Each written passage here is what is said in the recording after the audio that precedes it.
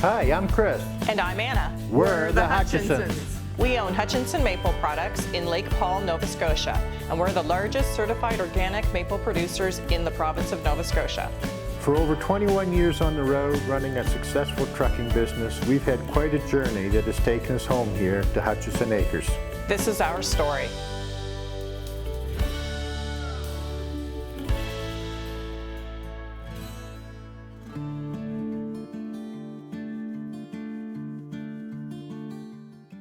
We are on the road this morning as Anna visits Hope for Wildlife ahead of Giving Tuesday. Giving Tuesday is a day that all online businesses give a portion of their sales to a charity donation wherever they would like it to go. And this year we have chosen Hope for Wildlife. So 10% of all money raised on November the 30th through our online sales will go to Hope for Wildlife.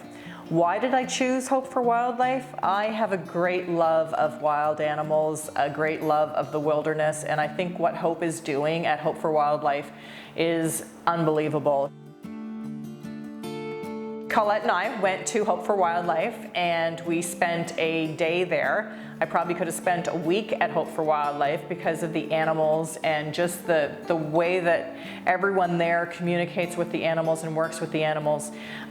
Hope was extremely giving that day. She spent many hours with us, giving us a tour of her facilities and everything that she has done there. The staff were amazing. I'm Hope Swinimer, and I'm the founder of the Hope for Wildlife Society. It's been in operation for about 25 years now, and our mission is reconnect people and nature to their natural world. I mean, I've always had a keen interest in the science and biology and our natural world and the ecosystems from a very young girl.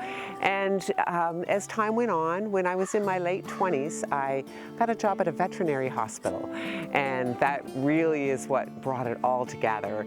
And the dream became reality. And thank heavens for the most wonderful bosses in the whole world at Dartmouth Veterinary Hospital, because it just grew. They were willing to look at all of my patients. I'd be on the phone sometime and people would call and say, hey, a bird just hit my window, what do I do? Or the cat just brought home a squirrel and it's still alive, what should I do? So before I knew it, you know, the doctors that I worked with were helping these wild animals and nursing them and then giving them to me to do the actual rehab work. So what started as 20 or 30 animals a year has grown into 6,300 patients a year, and that's just what we're at right now, and we still have a lot of the year left. I believe that every animal has a right to live. I really do. I believe that even the smallest creature has a right to live. And yes, sometimes fate takes that away from them, but sometimes there's also opportunities to learn. What she does is a huge amount of education. So if they learn about how these animals survive, they learn about what makes them tick and how the whole ecosystem works. And it doesn't work unless everything is a part of that ecosystem. So we need every animal to be a part of that. We need the forests to be a part of that. So by understanding how the ecosystem works and how every little piece of wildlife belongs to that ecosystem, belongs to that forest, is another way to understand how we are maintaining our own lives and how the world just keeps going around, but it's because of every single animal, every single creature that's there. So it is very important, the work that she does, and I hope she continues on doing it for many, many years to come.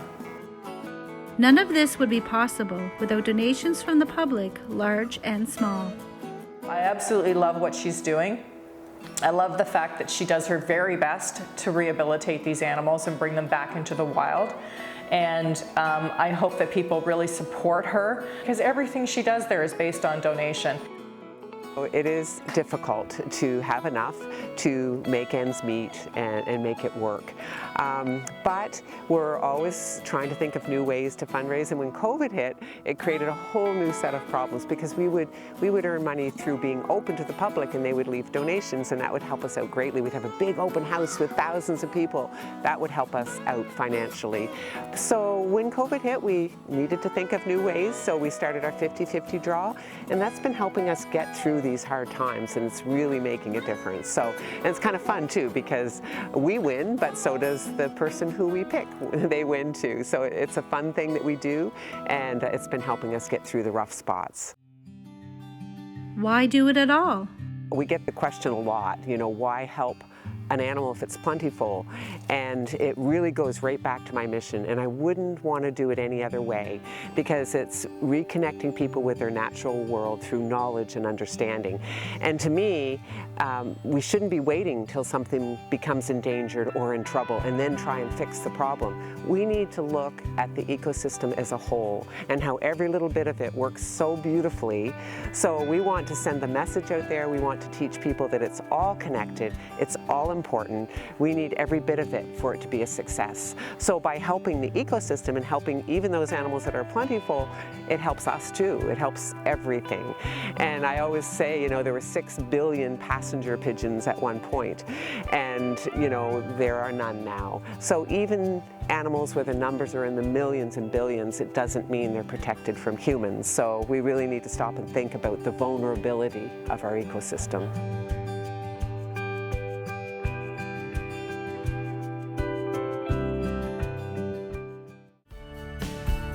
Next week on Hutchinson Acres, we continue our visit at Hopeful Wildlife. I don't think people realize just how intelligent every living thing is and what an important role they play